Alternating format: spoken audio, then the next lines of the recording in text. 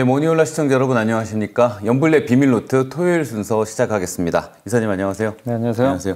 자, 금주에 어떤 이슈가 있었고 증시 흐름은 어땠는지 점검해 보겠습니다. 네, 국내 증시가 이제 3,500선에 거의 근접했다가 조금 근데 숨고르기는 좀 하는 모습이었고, 미국도 이제 잘 달리다가 조금 이제 주 중반에 조정에 좀 진입하는 그런 모습이었습니다.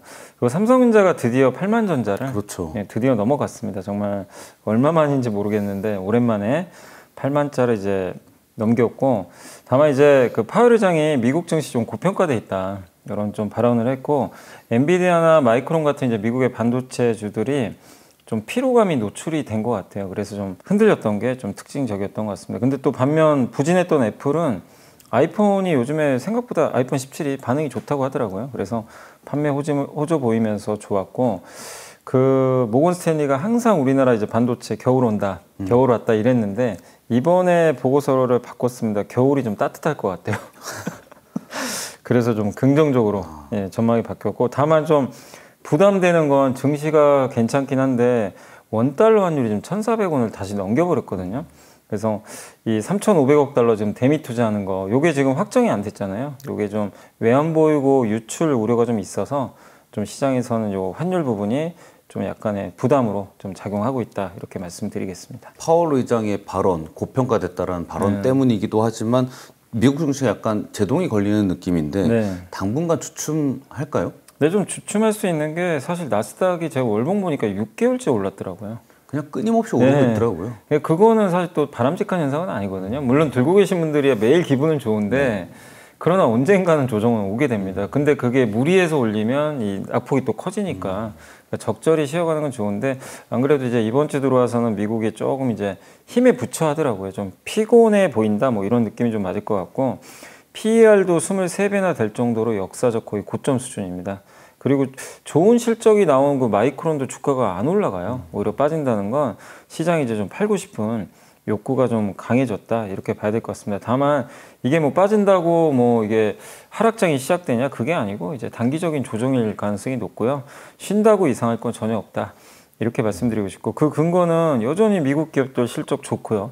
그 다음에 AI 지출 계속 이어지죠. 뭐 끝도 없이 이어지는 상황이고, 거기에 이제 중앙은행까지 금리를 낮췄잖아요. 금리나 정부도 돈 풀고, 이 유동성이 이 반대 방향으로 갑자기 긴축 가면 조심해야 되지만 그건 아니죠. 여전히 유동성은 시장이 좀 긍정적인 방향으로 작용을 하고 있기 때문에 너무 올라서 숨고르긴 필요하지만, 미국 증시가 뭐 이거를 이제 끝났으니까 현금화 많이 해서 또 다른 기회를 기다려보자, 이런 전략은 아직까지 뭐 구사할 단계는 아니지 않나, 이렇게 생각하고 있습니다. 그러니까 미국이 한창 미국 예외주의로 혼자 성장할 때가 있었는데 지금도 다시 약간 그런 모습인 것 같아요. 관세나 이런 걸로 세계가 약간 저성장의 위기를 맞고 있는데 미국은 계속 뭔가 성장하고 모멘텀을 찾아 나가고.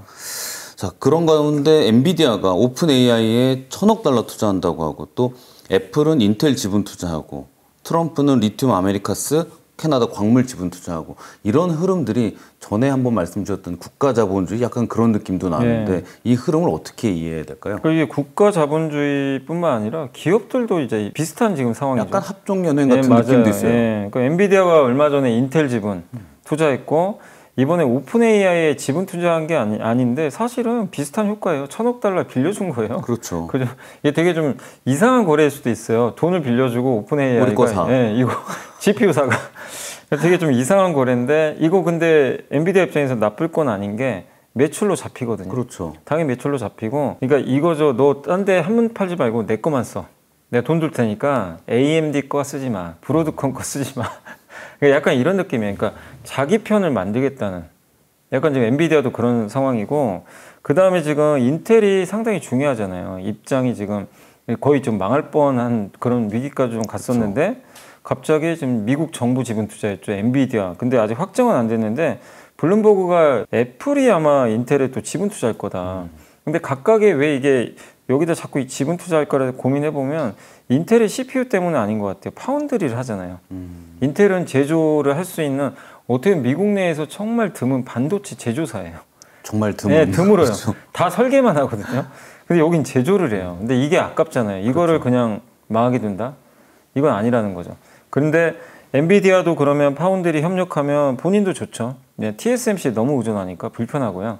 애플도 다 TSMC가 해줘요. 둘 다 비슷합니다. 사실 지금 상황 자체가 자기네 칩을 다 TSMC가 만들어주거든요. 그런 상황에서 인텔에 좀 지분을 확보해 놓고 파운드리 경쟁력이 만약에 올라온다면 그걸 또 충분히 활용할 수 있거든요. 제조로 가는 맞아요. 길 같아 보이네요. 맞습니다. 그리고 트럼프도 지금 미국에 공급망을 만들어야 되는데 MP 머티리얼즈 히토류 기업 지분 투자했죠. 이번에 리튬 아메리카스는 본인은 전기차 별로 안 좋아하지만 이 회사가 뭐 하냐면 캐나다 광물 기업인데 지금 미국에 리튬 광산 개발 중에 있어요. 여기 이제 GM도 지분 투자를 해놨거든요. 한 38%. 여기서 나온 리튬 가지고 전기차 배터리에 이제 넣겠다는 거죠. 한마디로 본인이 뭐 전기차를 선호하지 않더라도 리튬은 지금 중국이 장악했는데 이걸 그대로 두면 안 되겠다. 예. 그래서 이 부분에 대해서 이제 지분을 좀 일부를 가져가고 싶다. 이렇게 좀 언급을 했다고 합니다. 그래서 리튬 아메리카스 주가가 하루에 95%가 오른 거예요. 그냥 하루 만에 주가가 그냥 난리가 났습니다. 그러니까 이거는 이제 여기서 우리가 느낄 수 있는 건 미국은 지금 제조업 국가로 전환 시도 중이고 그러려면 공급망이 반드시 있어야 돼요. 그걸 해줄 수 있는. 그걸 못하면 우리 손 잡는 거고 조선같이. 조선은 우리 손 잡은 거잖아요. 그렇죠. 근데 또 인텔이 있기 때문에 반도체 인텔 한번 이용해서 해보겠다. 그리고 엔비디아도 비슷하죠. 자기 편을 만들어야 돼요. 왜냐하면 지금 점점 경쟁자들이 들어와요. AMD 들어오죠. 브로드컴 들어오죠. 약간 방산 쪽이랑 비슷한 것 같아요. 맞아요. 비행기 팔 때도 돈 빌려주고 네. 우리 거 사가라고 맞아요. 하잖아요. 예. 그러니까 자기 우군을 만들어서 계속해서 이 구조를 유지해 나가겠다. 왜냐하면 엔비디아는 돈이 너무 많은 기업이기 때문에 그래서 이게 다 그런 목적이 좀 뒤에 숨어 있기 때문에 여기에 이제 속하는 기업들은 당연히 좋을 수밖에 없고 예. 그래서 어떻게 보면 트럼프의 이 국가 자본주의가 좀 이거 오히려 민간까지 좀 확산되는 그런 좀 상황으로 가는 것 같습니다. 마이크론 테크놀로지가 실적을 발표했는데 기대를 훨씬 뛰어넘는 실적이 나왔습니다. 이 실적 발표의 의미도 한번 설명을 부탁드릴게요. 사실 이게 숫자만 보면 다 좋아요. 뭐 매출 총이익률, 주당 순이익 다 상회했거든요. 기대보다 좋았고 디램 매출도 좋았고 다음 분기에 매출 얼마가 될까요? 라는 이제 가이던스도 다 상향을 했습니다. 나무랄 데가 없는데 CEO도 뭐라고 했냐면 디램 공급 타이트하고 낸드도 좋고 수요 좋고 공급 부족하다. 그냥 다 주가 올라갈 수 있는다 얘기만 하고 있거든요. 그리고 HBM4가 좀 어렵지 않냐는 그 우려가 있었는데 그것도 일축했어요. 업계 최고 수준인 속도인 11GB를 구현을 했다. 이렇게 했거든요. 좀 속도가 안 날 거라는 우려가 있었어요. 마이크론 쪽이. 근데 그거를 또 뒤집어 버렸죠. 그래서 우리는 HBM 잘하고 있다. 예. 뭔 소리를 하냐. 시장에 대해서 반박을 해버렸어요. 근데 그런데도 불구하고 주가가 마이너스 3% 빠졌습니다. 이유는 이런 내용을 사실 시장이 놀래진 않는 게 이미 어느 정도 예상은 하고 있었어요. 좋을 건 안 돼. 숫자 더 잘 나왔지만 올해만 주가가 98% 올랐어요. 마이크론이 올해만. 그리고 9월에만 40%. 너무 많이 올랐기 때문에 시장이 이제 놀래진 않습니다. 그래서 차익 매물이 나왔고 다만 이제 우리가 여기서 느낄 수 있는 건 마이크론이 좀 실수는 있지만 반도체 업황을 봐야 되잖아요. 우리나라 기업들도 많이 있으니까 그럼 마이크론 실적에서 확인할 수 있는 건 HBM만 좋은 게 아니라 이제 범용 반도체라 그러죠. 이 범용 반도체도 좋아지기 시작을 했어요. 그러니까 최근에 삼성이 괜히 올라간 게 아니거든요. 삼성은 HBM 잘 못했잖아요. 네. 근데 요즘에는 하이닉스보다 삼성 주가가 훨씬 더 좋은 모습이죠. 그 이유가 범용 디램이 지금 공급이 부족하고 수요가 지금 굉장히 좋아요. HBM3에 대한 기대 효과만은 아니었네요. 네, 그것만이 아니에요. 그러다 보니까 이제 이번에 마이크론도 그 얘기를 똑같이 했거든요. 그러니까 이제 이 부분이 상당히 중요한 것 같고 그리고 공급사 재고가 타이트한데 그러니까 지금 마이크론, 삼성, 하이닉스 다 공급이 적은데 그 고객사가 갖고 있는 반도체도 재고가 있잖아요. 그것마저도 재고가 부족. 그러면 고객사가 다급해져요. 이거 더 오르기 전에 재고 확보해야 되거든요. 그래서 이제 가격이 계속 오를 수밖에 없는 그런 구조인 것 같습니다. 그래서 이런 부분을 우리가 종합을 해보면 결국엔 지금 이 HBM뿐만 아니라 이 범용 디램까지 좋아지면서 사이클이 좀 장기화될 수 있다는 걸. 어차피 그 데이터 센터에는 HBM만 들어가는 건 아니니까 아니에요. 예. 메모리 다 맞습니다. 들어가고 하니까. 근데 그쪽까지 지금 뭐 공급이 굉장히 부족하니까. 근데 이거를 올해 4분기에 그러니까 이 9월 들어서 이렇게 될 거라고는 예상들을 많이 못했죠. 근데 이제 범용 디램 사이클이 생각보다 빨리 와버린 거예요. 그래서 그걸 다시 한번 확인했기 때문에 마이크론의 주가를 보지 마시고 그 멘트를 보면 아 삼성전자 하이닉스가 뭐 당분간 계속 좋을 수 있겠구나. 그걸 좀 느낄 수 있는 그런 실적 발표였던 것 같습니다. 그러니까 AI와 로봇이 과연 진짜인가 아니면 거품이가 이런 논란들이 있었는데 서서히 보면 실적도 그렇고 맞아요. 현재 나오는 제품의 상용화 속도도 좀 빨라 보이는 느낌이 맞습니다. 있어요. 애플 주가가 오랜만에 좋았는데 아이폰 17이 좀 처음에는 기대가 좀 별로였는데 판매가 좀 잘 되는 것 같습니다. 네, 맞습니다. 아이폰 17 원래는 이제 모양 가지고 좀 비난도 많았죠. 저거 뭐냐. 되게면 호불호가 있었는데 근데 막상 또 나오니까 잘 팔리더라고요. 오히려 작년보다 더 좋은 것 같아요.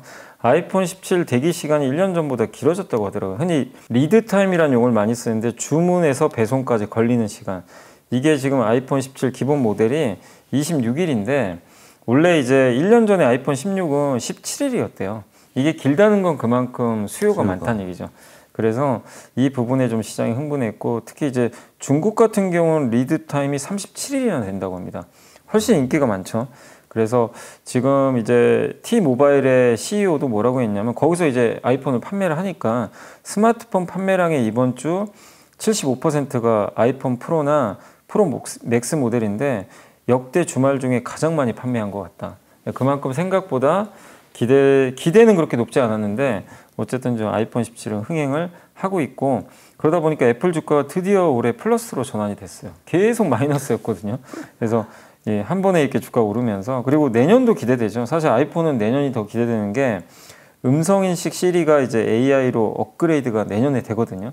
그래서 올해보다는 내년이 더 좋지 않겠냐 이렇게 보고 있고 간간히 M&A 얘기도 나오는데 AI 경쟁력이 좀 떨어진다는 평가를 받고 있으니까 뭐 유명한 AI 업체를 인수할 수도 있겠죠. 네, 돈은 많으니까. 뭐가 탑재될지도 궁금한 것 같아요. 맞습니다. 그래서 내년이 더 기대되는데 17도 잘 되니까 이제 주가 나쁠 거 없다. 이런 인식 때문에 애플도 이제 좀 주주분들 입장에서는 좀 한숨을 놓을 수 있는 그런 좀 상태로 전환이 된 것 같습니다. 말로 세계를 흔드는 사람 중에 또 한 명인 일론 머스크가 또 그 인터뷰에서 화제의 말을 했네요. 일론 머스크가 그리는 테슬라를 비롯한 뭐 우주 개발이나 AI까지 전반적인 흐름을 한번 정리해 보고 싶은 생각이 드는데. 네. 그러니까 이번에 이제 올인 서밋 2025라는 이제 회의에서 인터뷰를 한 게 있는데 아마 동영상 찾아보면 있어요. 실제로 있는데 거기서 했던 내용들만 좀 요약을 해드리면 일단 일론 머스크가 지금 현재 이제 열심히 일하고 있다. 이제 왜냐하면 그 하도 정치 활동 많이 해서 걱정했는데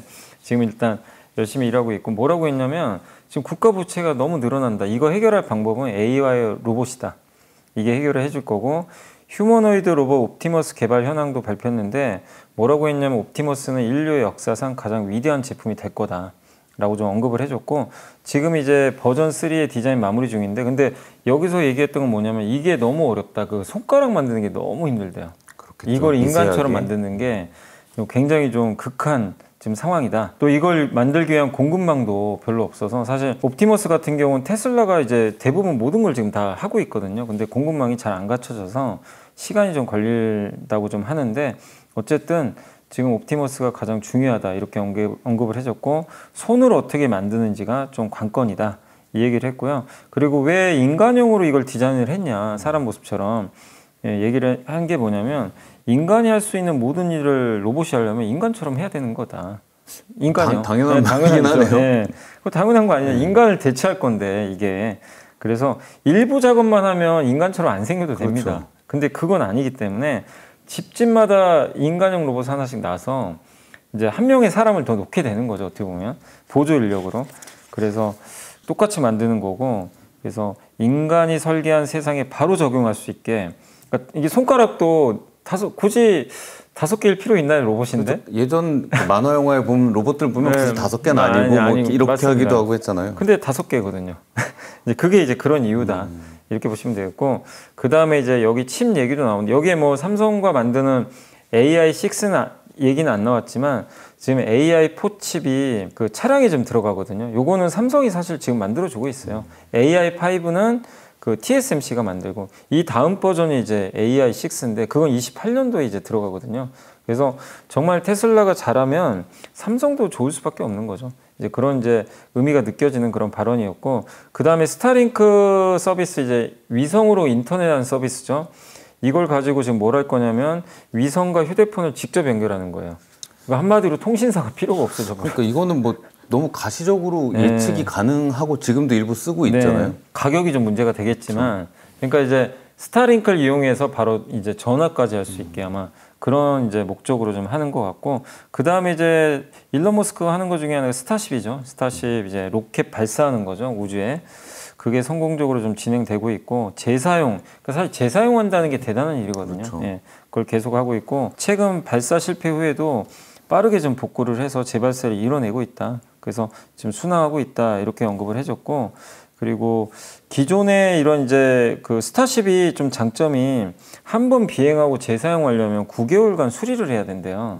근데 이거는 그냥 계속 반복할 수가 있대요. 연료만 주입하고 네, 연료만 바로 주입하면 바로 지금 할 수 있어서, 그래서 이제 그 정도 지금 능력까지 올라왔기 때문에 뭐 우주항공에 대해서 결국 화성 가는 게 목표잖아요, 지금. 화성까지 보내는 목표 지금 그대로 유지하고 있다. 그래서 결론적으로 말씀드리면 세상을 바꾸는 기업, 이 일론 머스크의 머릿속은 세상을 지금 다 바꾸는 생각들이에요. 뭐 이런 재사용 로켓도 마찬가지죠. 인류를 화성에 보내는 거, 집에다 로봇 한 대씩 두는 거, 또 로봇 택시, 자율주행, 이런 것들 다 정말 놀라운 지금 제품들인데, 더 놀라운 걸 이걸 실제로 만들어내고 있어요. 그게 더 놀라운 거고. 그렇죠. 예. 근데 거기에 이 우리나라 밸류체인이 들어간다는 거. 이것도 상당히 의미가 있어요. 그래서 뭐 배터리 들어가죠. MLCC 들어가죠. 이제는 반도체까지 들어가니까. 예. 그래서 테슬라의 행보를, 여러분들이 테슬라 투자를 안 하시더라도 이 일론 머스크의 말과 행보를 잘 공부를 해야 됩니다. 거기에 우리나라에 투자할 수 있는 정답지도 저는 많이 늘어날 수 있다. 궁금한 게, 그럼 테슬라라는 주식은 테슬라라는 자동차 회사의 주식이잖아요. 네. 그럼 이 일론 머스크가 하고 있는 여러 가지 사업들의 흥망성쇠가 테슬라 주가에 계속 영향을 주죠. 주죠. 지금 사실은요, 그냥 전기차로만 보면요, 주가 오르는 게 말이 안 돼요. 전기차 안 팔리잖아요. 근데 주가가 최근에 계속 급등합니다. 그 이유는 일론 머스크가 뭐라고 했냐면, 자기 회사 가치의 80%는 로봇 회사로 그냥 찍어버렸어요, 본인이. 그러니까 이제 그거를 이제 투자들이 믿게 되니까 전기차 안 팔리는 게 별로 문제가 안 돼 버려요. 그럼 실적으로 판단하기가 어려운 회사가 돼 버렸네요. 네, 그렇죠. 그래서 막상 근데 또 실적도 중요하지만 시장이 이제 기대값이 전기차보다는, 어차피 트럼프 정부에서 전기차 많이 팔리기가 좀 쉽지가 않아요. 왜냐하면 보조금 때문에. 그렇죠. 예. 그래서 이제 일론 머스크가 또 그런 걸 드라이브를 또 잘한 것 같아요. 어떻게 보면 이 로봇으로 분위기를 바꿔버렸잖아요. 그래서 물론 실적이 안 좋으면 또 현금 흐름에 문제 생기겠지만, 그래도 뭐 그렇다고 테슬라 전기차가 안 팔리는 것도 아니니까, 어느 정도 레벨까지 팔리니까. 그래서 관건은 그겁니다. 로봇의 기대감을 엄청 높여놨기 때문에 로봇이 제대로 나와야 되겠죠. 이제 요게 이제 주가의 변동성을 저는 좀 키우지 않겠냐. 그러니까 가시적인 기대감 같은 거는 보이는데, 네. 로봇 택시도 좀 지연됐고, 맞아요. 기능도 우리가 바라는 것보다 조금 미진한 것 같고, 이제 옵티머스도 과연 어떤 성과가 네. 가시적으로 나타날지 그걸 지켜봐야 될 것 같습니다. 자, 트럼프 대통령이 그 외국인 전문직한테 부여하는 H-1B 비자 수수료를 100배 올렸습니다. 이렇게 되면 그런 전문직들이 필요한 미국의 기술 회사들은 좀 불리한 조건이 되는 거 아닌가요? 맞습니다. 그래서 이건 좀 장기적으로 기술주한테 안 좋을 것 같아요. 왜냐하면 일론 머스크하고 마이크로소프트의 사티아 나델라, 네네. 이 사람도 마이크로소프트의 이제 CEO인데 인도 사람이거든요. 이 비자 받고 미국에 취업해가지고 지금 영주권 획득해서 지금 이제 활동을 하는 거예요. 그러니까 테슬라 일론 머스크도 옛날에 그랬거든요. 이 문제가 작년에 한번 나왔거든요. 엄청 뭐라 그랬어요. 이거 건들지 마라. 나도 이거 혜택 받은 사람인데. 거기 남아공 네, 출신이죠? 남아공 출신이니까 왜 이걸 건드냐. 엄청 맹비난했는데, 일단 근데 트럼프는 100배. 그러니까 우리나라 돈으로 원래 이게 얼마였죠? 1000달러를 10만 달러로 바꿔버린 거예요. 그래서 우리 돈 1억 4천으로 바뀌었고, 다만 이게 매년 갱신하는 건 아니고 이제 한 번만 하면 된다. 이런 좀 내용인데, 근데 이제 기업들 입장에서 이거 기업들이 대신 신청을 해주고 수수료를 그렇죠. 내거든요. 그래서 부담이 되고 연간 8만 5천 명을 추천을 해요. 네, 추천을 하게 돼서 이제 선정을 하게 되는데, 그 어쨌든 아마존이 요거 H1 비자 인력이 15,000명이나 되고, 마이크로소프트와 메타도 적지 않습니다. 5,000명 이렇게 되고, 내년 2월부터 이제 적용이 되는데, 이렇게 되면 지금 이 기업들은 여기에 따른 100배가 늘어나는 비용을 일단 부담을 할 수밖에 없어요. 그러면 해외 인력 채용하기가 좀 꺼려지죠. 그럴 수밖에 없고, 사실 트럼프가 노리는 건 그거거든요. 예, 미국 사람 써라. 근데 아니 미국 사람 쓰는 건 좋은데, 빅테크 입장에서는 미국 사람뿐만 아니라 해외 유사한 인재 있으면 데리고 와야 되거든요. 그렇죠. 그게 경쟁력이거든요, 사실은. 그러면 일론 머스크도 못 왔을 거 아니에요. 사실 어떻게 보면 그렇게 취업 못했을 거고. 그러니까 그걸 얘기하는 건데 그래서 이거 걱정은 뭐냐면 이 미국 주식 투자하신 분들도 이게 장기화돼서 해외에 정말 좋은 인력들이 미국에 못 가잖아요. 빅테크 경쟁력은 돈이 문제가 아니라 경쟁력이 훼손돼요. 실제로. 그리고 이 기술에 대한 연구 개발 투자도 우린 지금 늘리잖아요. 미국은 이거 깎고 있어요. 트럼프는 약간 역행하고 있어요. 약간 이런 쪽에서. 그래서 지금은 아니지만 몇 년 후에는 이게 또 문제가 될 소지도 있습니다. 예. 그런데 이건 또 반대로 생각하면 중국이나 인도나 한국 같은 나라들한테는 AI 인재가 유출이 또 안 될 수도 있어요. 그렇죠. 반대로 또 생각하면. 우린 뭘 더 주면 우리 쪽으로 더 올 수도 있잖아요. 예. 그런 부분에서는 또 이거 괜찮다는 뭐 평가도 있긴 한데 오늘 말씀드린 건 미국만 얘기하는 거니까 미국 빅테크한테는 저는 이건 좋을 수 없는 그런 좀 악재일 수밖에 없다 이렇게 생각을 하고 있습니다. 자, 이번 주 외국인 기관 개인들 매수 종목과 상승한 업종 정리해 보겠습니다. 자, 먼저 이번 주 외국인들이 많이 매수한 주식 10개 종목을 알아보겠습니다.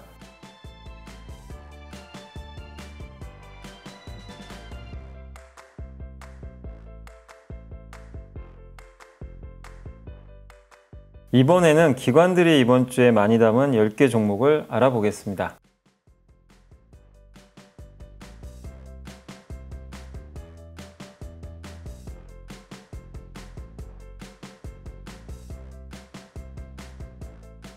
이번에는 개인들이 이번 주 많이 산 주식 10개를 살펴보겠습니다.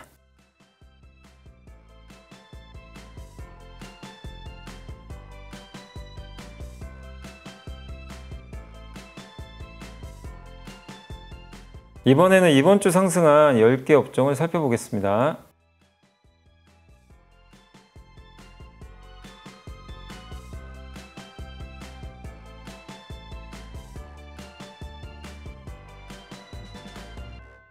네, 상승한 업종 가운데서 좋은 흐름이 더 이어질 것 같은 종목이 있을까요? 일단 이제 반도체가 좋았고 2차전지도 좀 좋았는데 그래도 반도체 2차전지 지금 사실 2차전지 너무 그동안 못 올랐잖아요. 그래서 조금은 더 이어갈 것 같고 반도체 대표주도 좀 쉽게 꺾일 분위기는 저는 아니라고 보거든요. 그래서 괜찮고 그다음 이번에 이제 이번 주에 또 새롭게 좀 진입한 업종이 인터넷 대표주 네이버 주가가 이제 갑자기 급등해가지고 그래서 인터넷 대표주 요 오른 것도 일시적인 흐름은 저는 아니라고 보고 있기 때문에 한번 보시고 정유도 좀 괜찮아 보여요. 왜냐하면 유가가 좀 최근에 조금씩은 또 오르고 있거든요. 워낙 빠져 있는데 유가가 단기적으로는 좀 오른다는 얘기들도 좀 있어요. 그래서 정유 업종도 좀 단기적이지만 반등하지 않겠냐. 그래서 2차전지 반도체 인터넷 대표주 정유 업종 한번 보시면 좋을 것 같습니다. 자, 이사님이 선정한 이번 주의 보고서는 어떤 주제인가요? 일단 이제 KB증권에서 나온 보고서 2개인데 이제 같은 분이 쓰신 거예요. 그래서 좀 의미가 있어 소개를 먼저 해드리면 2개인데 첫 번째는 연준이 독립성을 잃는다는데 왜 증시가 계속 뜨겁나? 그러니까 트럼프 대통령이 계속 막 개입하잖아요. 네. 그래서 뭐 리사쿡 연준 이사 해임시키고 그랬는데 근데 이게 이렇게 연준을 압박하는 태도가 옛날에도 있었대요. 닉슨 대통령 때. 당시에 1971년인데 그때 레이 달리오라는 정말 유명한 투자자 있죠. 원칙. 지금. 예. 근데 이분이 이제 1971년이니까 정말 젊었을 때겠죠. 네. 이때 그 주말에 TV 통해서 닉슨이 이제 금태환 이제 금과 달러가 이게 연동돼 있는데 이걸 이제 끊어버리는 그거 발표 보고 월요일 새벽에 일찍 출근해가지고 매도 포지션을 잡아놨다가 거의 그때 망할 뻔했다고 합니다. 책에도 그 부분이 되게 자세하게 나와 있더라고요. 폭발해버렸어요. 주가가 그냥 급등해가지고 완전 잘못 판단한 거죠. 이거 이제 개입했으니까 아 이거 뭔가 잘못됐다. 근데 그게 아니었던 거예요. 또 닉슨이 연준에 개입했던 또 사건 금리를 낮추려는 사건은 금융 억압에 해당된다. 이거 옛날에 설명드렸지만 네. 금리를 이제 쫙 낮춰주는 정책이죠. 이제 미국 정부가 압박을 하는 거죠. 그렇게 되면 실질 금리가 떨어지게 되거든요.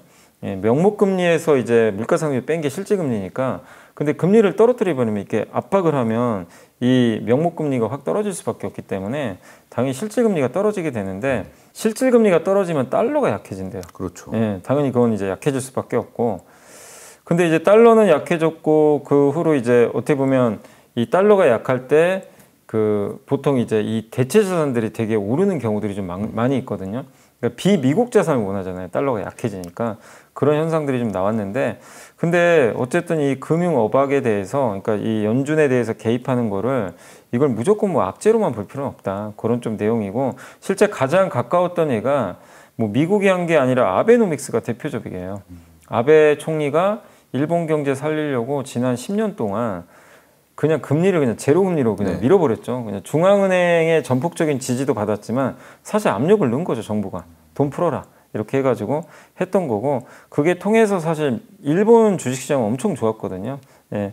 근데 어쨌든 그 일본 증시가 이렇게 돈을 풀면서 이 중앙은행이 개입하면서 자산 시장의 랠리가 시작이 됐어요.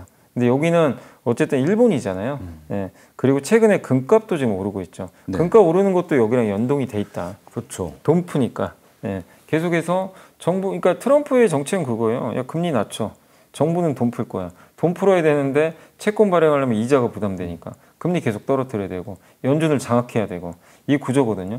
근데 이거 자체는 사실 뭐 좋은 건 아니죠. 좋은 현상은 아닌데 금융시장에는 그게 악재가 아니라는 거죠. 근데 화폐 가치 계속 떨어지니까 뭔가 실물 자산을 맞아요. 갖고 있으려는 목적들이 생기게 되는데. 네, 그래서 금이 유독 올라가는 거고, 맞아요. 비트코인도 올라갈 맞습니다. 거고. 그래서 이제 그런 구조를 이해하시면 트럼프의 이 정책 자체가 자산 시장의 악재는 아니다.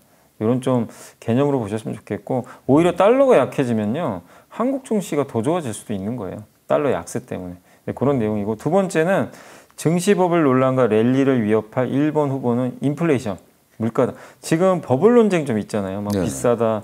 이거를 깨는 것 중에, 그러니까 이거를 만약 이 버블이 터지는 건요, 첫 번째 후보가 물가래요. 물가가 너무 높으면 이게 버블이 터진다고 합니다. 실제로 닷컴 버블 붕괴할 때도 인플레 때문에 그때 버블이 한번 붕괴됐대요. 왜냐하면 98년도에 이제 그 롱텀 매니지먼트 이제 캐피탈이라 그래가지고 이때 한번 그 러시아 아마 그 이슈 때문에 파산을 했거든요. 엄청 네. 큰 이 자산 운용사가 파산했는데 이때 이제 미국 시장이 난리가 난 거예요. 신용 경색이 발생하니까 연준이 금리를 그냥 한 번에 75bp를 낮춰버린 거예요. 그럼 무슨 일이 발생하죠? 금리가 확 떨어지니까 자산 시장 버블이 생깁니다. 그렇죠. 예, 그래서 랠리가 시작돼서 99년 6월부터 연준이 긴축을 하기 시작해요. 근데 사실상 이제 이로부터 한 7개월 후에 끝나버렸죠. 7개월, 물론 바로 버블 터진 건 아닌데 그로부터 긴축하고 7개월 후에 랠리 끝났고, 우리는 알죠. 엄청난 그 폭락장이 네. 연출이 됐던 거죠, 실제. 근데 이렇게 긴축했던 이유가 자산, 그러니까 이게 금리를 너무 떨어뜨리니까 이 인플레가 발생하잖아요. 금리를 너무 낮추면. 네. 그래서 이제 그거 막으려고 긴축한 거거든요. 그러니까 이게 교훈이 된 거죠. 아, 자산 시장에 이렇게 우리가 좀 조심할 거는 물가가 너무 튀면 일단 좀 긴장해야 되겠구나. 그걸 알려주는 거고. 그다음 연준 의장이 교체된 해에 그 후, 그러니까 만약에 내년 5월에 파웰 의장이 취임을 이제 바뀌잖아요. 네. 그로부터 1년 후죠. 그러면 증시가 항상 폭락을 했대요. 연준 의장이 바뀐 1년 후. 그래서 되게 좀 희한하긴 하죠. 예. 근데 이번에도 좀 약간 이제 의미가 있는 게 뭐냐면, 이번에 들어오는 인물은 연준 의장보다 파웰보다 완화적이겠죠. 당연히 예, 그렇겠죠. 트럼프의 압력을 네. 받은 사람이니까. 이렇게 완화 정책은 또 결론은 뭐죠? 인플레를 또 죽인다. 자극시키죠. 결국엔 그게 이제 후에 온다는 거죠. 당장 오는 게 아니라. 그리고 정부가 이렇게 인플레가 생기면 국채금리가 튀거든요. 금리가 튀면 이자를 감당을 못해요. 이런 부분들은 또 당연히 미국의 재정 지출에 부담이 되겠죠. 그래서 지금 걱정하자는 아닌데요. 인플레를 조심하자. 결국엔 이 나중에 어떤 일이 발생할지 모르지만 물가가 튀는 거는 좀 경계해야 된다. 그런 좀 약간 미리 좀 예고편이다. 이렇게 보시면 되겠습니다. 연준도 그렇고 미 정부도 이런 부분에 대한 예측은 대부분 하고 있겠죠. 네, 그래도 맞습니다. 거기서 조정을 할 텐데 잘 지켜보겠습니다. 자, 토요일 연불리의 비밀노트 여기서 마치겠습니다. 저희는 내일 일요일 순서로 찾아뵙겠습니다. 감사합니다. 그리고 삼성전자가 드디어 엔비디아에 HBM3 12단? 네, 12단. 예, 납품하게 됐다는 소식이 나오는데 10만 전자 가능하겠죠? 이거 납품하면 거 자체는 실적에 큰 영향 안 주는 게 물량은 얼마 안 될 거예요.